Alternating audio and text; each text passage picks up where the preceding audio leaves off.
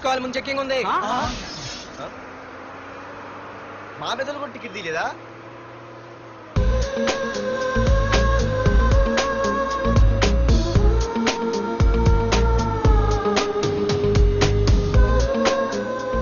అమ్మాయి అద్రింద్ర పార్తు బస్ ఎక్కితేనా కిప్పు కేకే. స్కూటీ ఉండగా బస్సు ఎందుకు ఎక్కుతున్నాయి నీ పిచ్చి కానీ. పంచర్ అయితే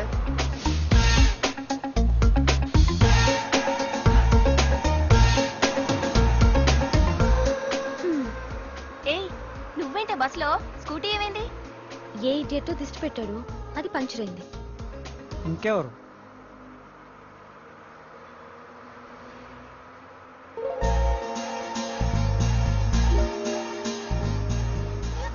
ఇదేంటి నన్ను చూసి నవ్వింది?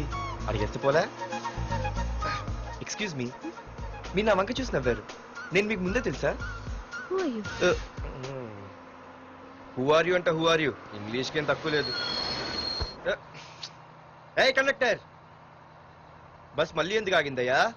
ఆపలేదు, నీ స్టాప్ వచ్చింది, దిగోయ్యా. నా స్టాప్ వచ్చిందా? నేను టికెట్ తీయలేదని సంగతి తెలిసిపోయింది అనుకున్నాను. ఓహో, నువ్వు ఆ టైపేనా? బాయ్ పార్దు. పార్థువా? నా పేరు దీనికి తెలుసు. Scooty bus ఆపను.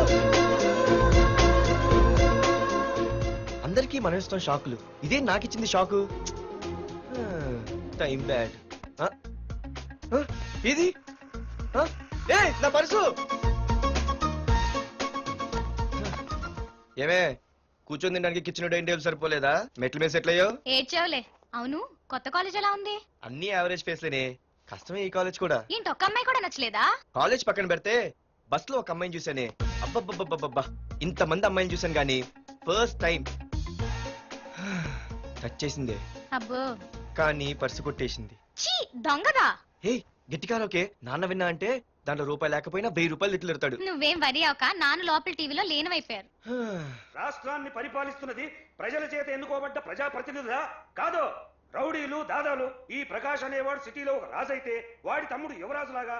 చిచ్చి, ఎప్పుడు చూసినా వెధవ రాజకీయ.